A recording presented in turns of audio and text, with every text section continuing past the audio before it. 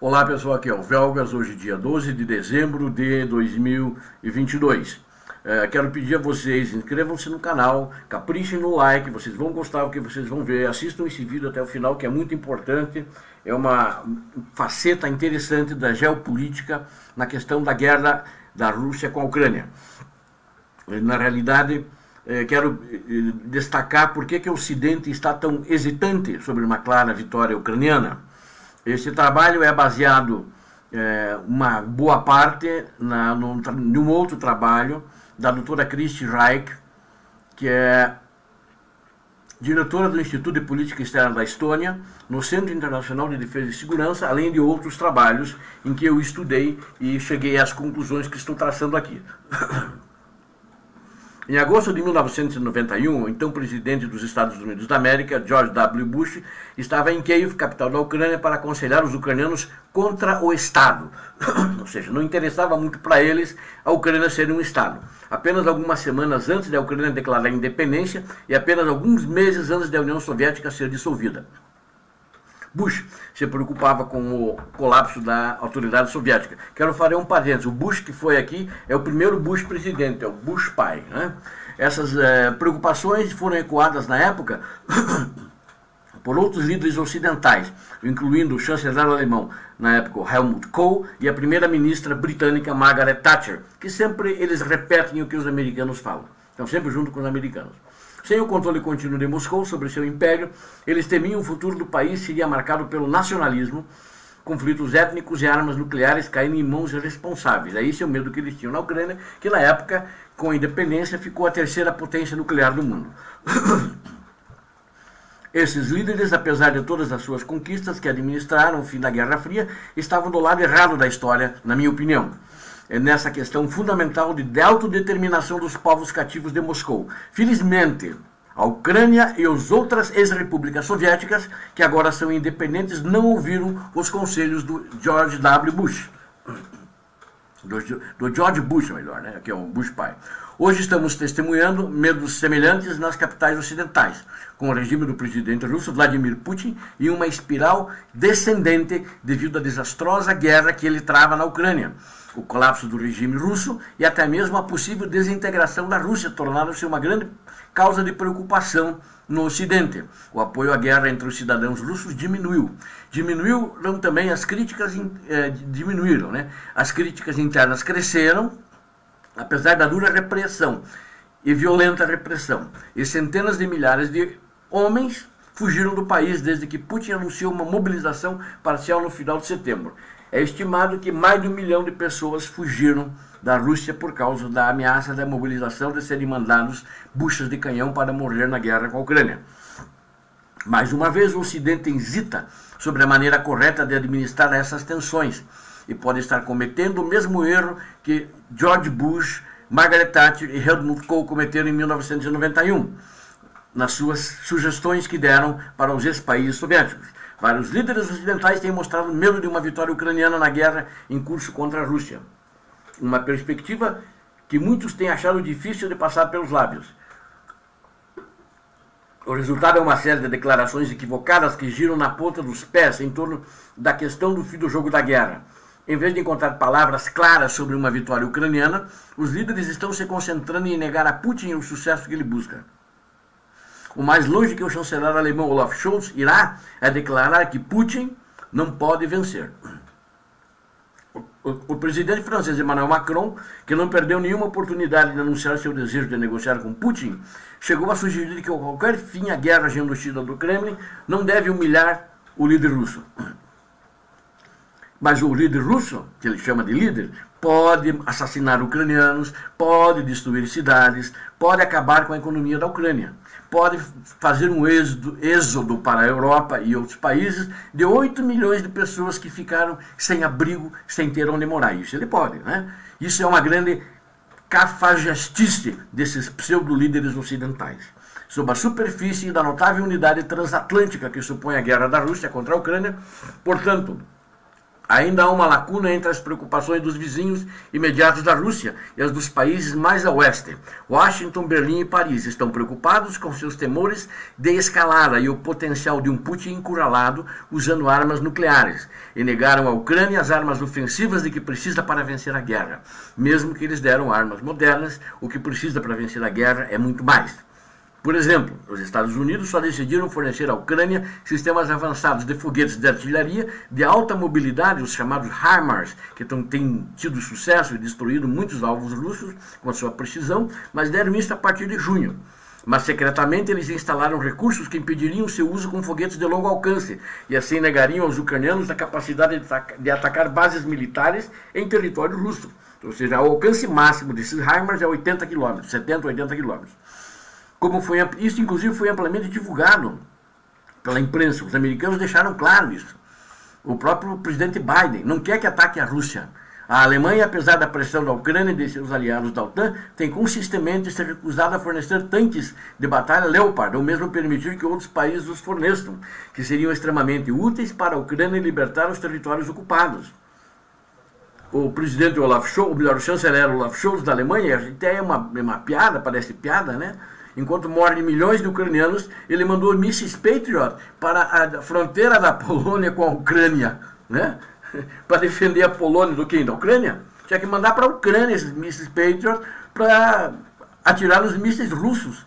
Isso é uma frescura, uma palhaçada desses que dizem defender a Ucrânia, mas na realidade querem ser amantes do Putin.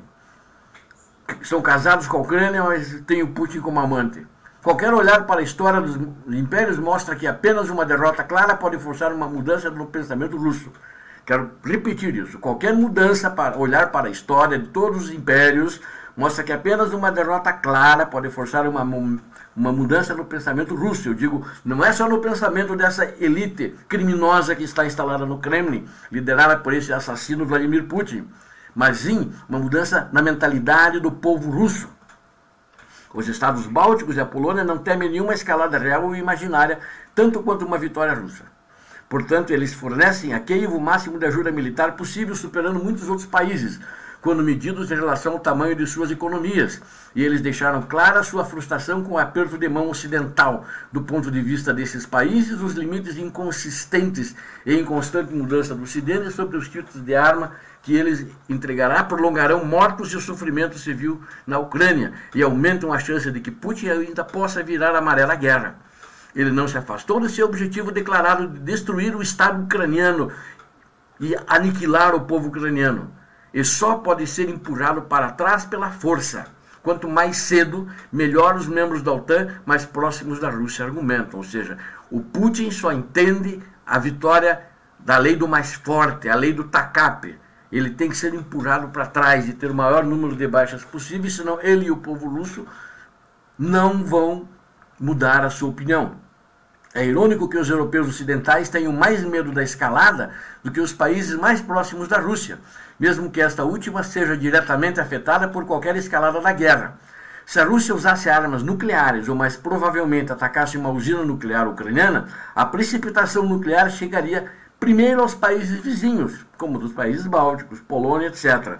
Eles também enfrentariam o maior fardo de qualquer nova onda de refugiados ucranianos, mas eles estão dispostos e preparados para recebê-los, aliás, como já fizeram a partir de fevereiro, próximo passado.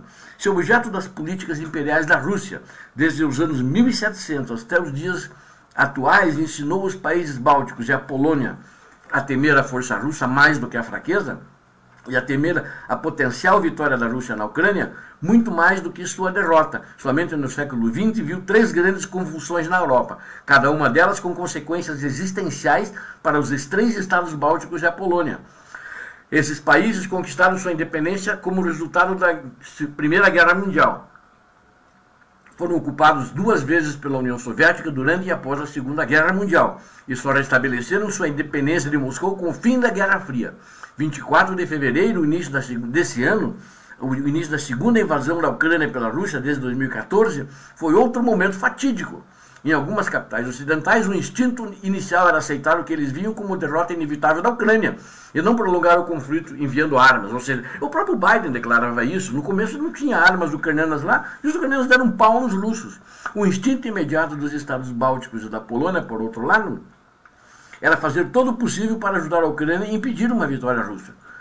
Ao contrário dos países ocidentais, os estados bálticos e a Polônia têm prestado muita atenção ao que o ditador criminoso Putin e as suas elites criminosas realmente dizem, incluindo sua intenção claramente declarada de estabelecer a esfera imperial de controle de Moscou.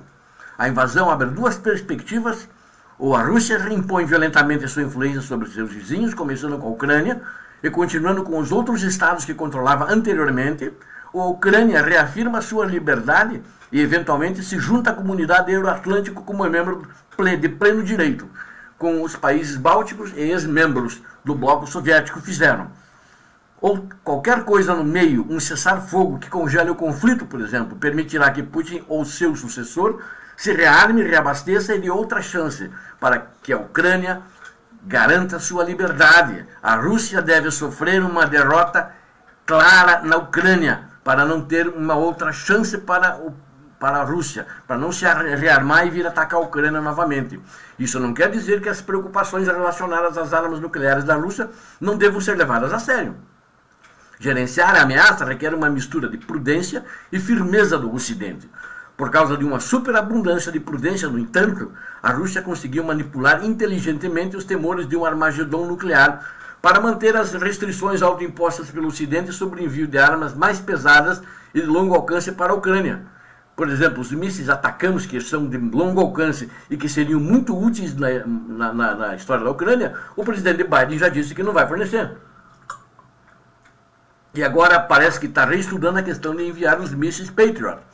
Disse que parece que vai mandar, mas ainda não tem a confirmação final. Felizmente, o Ocidente está agora reaprendendo a dissuasão, incluindo mensagens claras à Rússia sobre as consequências devastadoras que sofreria se cumprisse suas ameaças nucleares.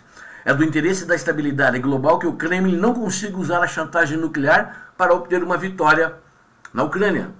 Além disso, o recurso da Rússia a armas nucleares traz um grande risco para Putin e, portanto, é altamente improvável que ele use. A Rússia, usando a força convencional para ocuparem territórios em países vizinhos, infelizmente, pode ser uma realidade devastadora.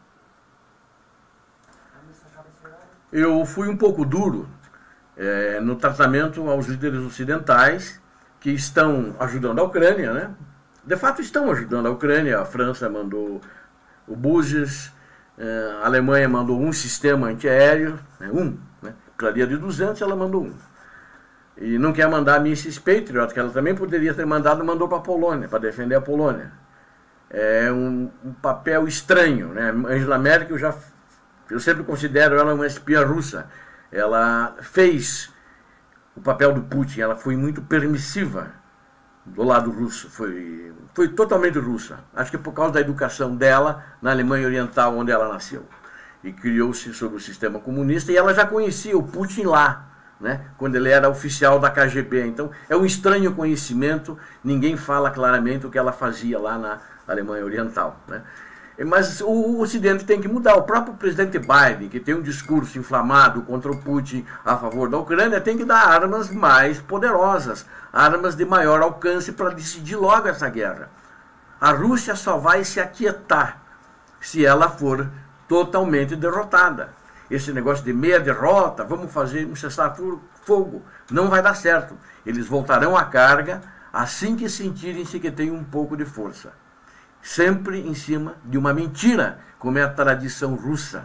Isso vocês não tenham nenhuma dúvida, né? Obrigado a vocês que assistiram esse vídeo, se assistiram até aqui, tenho certeza que vocês gostaram. Eu trouxe fatos inéditos, uma visão inédita sobre essa geopolítica que está destruindo e matando muitos civis na Ucrânia.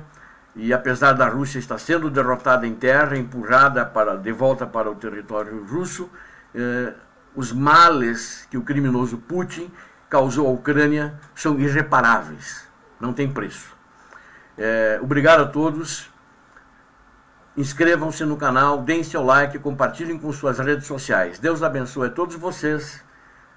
Deus abençoe a Ucrânia, Deus abençoe o Brasil. Paz e bem.